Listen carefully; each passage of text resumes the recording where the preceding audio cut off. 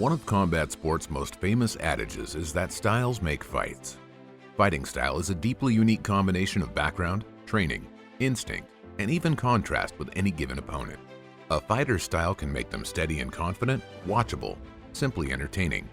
Or a style can make a fighter truly exciting, vivid, a fight analyst's dream. Across the UFC's weight classes, there are only a few fighters you could call stylish. Aljamain Sterling is certainly on the short list. Aljamain Sterling is the current #1 in the bantamweight rankings of the UFC, a division brimming with talent. He's the former bantamweight champion of Cage Fury Fighting Championship, a title he successfully defended 3 times.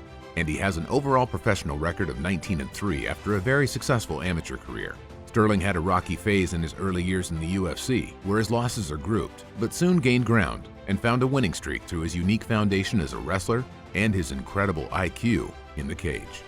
As Sterling faces tougher and tougher opponents, even stands on the brink of another bantamweight title, it makes sense to analyze what makes him such a good fighter, what his style is, and how that style could take him further than ever in his career.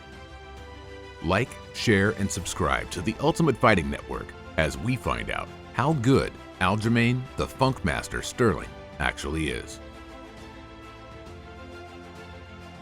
Aljamain Sterling was born and raised in Uniondale, New York to a large Jamaican family.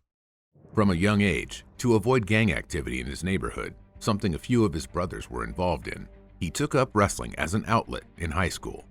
He fell in love with the sport and continued on into college. During this time, he met MMA fighter John Jones, and this encounter inspired him to branch out and pursue MMA, training in Brazilian Jiu-Jitsu along with his wrestling foundations. Sterling had a successful amateur career, and by the time he turned pro, he had a record of 6-1, and that loss was by split decision. His first professional fights were with Ring of Combat, and soon after, he signed with Cage Fury Fighting Championship. His run at CFFC was undefeated, and he managed to work his way up to the bantamweight title, which he successfully defended 3 times. Sterling signed with the UFC in 2014 and made an impression early with 4 victories in a row. He used his skills as a grappler and a wrestler to become a dangerous chokehold artist. His 3 losses came soon after, grouped within the span of 2016 to 2017. But it seemed that all Sterling needed was an opportunity to prove that those losses didn't reflect his skill, just a shift in mindset. It's the thing with Aljo, is every time he has lost, it is because he has found himself in a fight that was harder than he thought it was going to be. And whenever that happens to an athlete, things can unravel very quickly. Thankfully, Sterling bounced back and gathered momentum, leading up to his 2021 bout with Petr Yan. At the time of writing this video, the winner of this matchup has not yet been determined, but it places Sterling on the precipice of another bantamweight title, an even more prestigious one. Time and skill will tell. Thanks for watching this far. Please help support us by liking this video and subscribing to our channel. We appreciate you.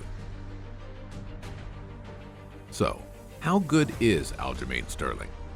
It's rare to find a fighter who's a strong balance between technique and sheer power. Most fighters lean to one side or the other, but Sterling is close to middle ground perfection.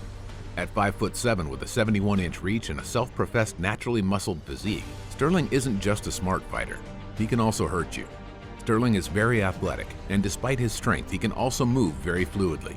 He has a strange way with angles and uses the space to his advantage. He'll place a hook on the back end of a kick, or he'll sweep in with a series of lunging punches, putting his reach advantage to good use.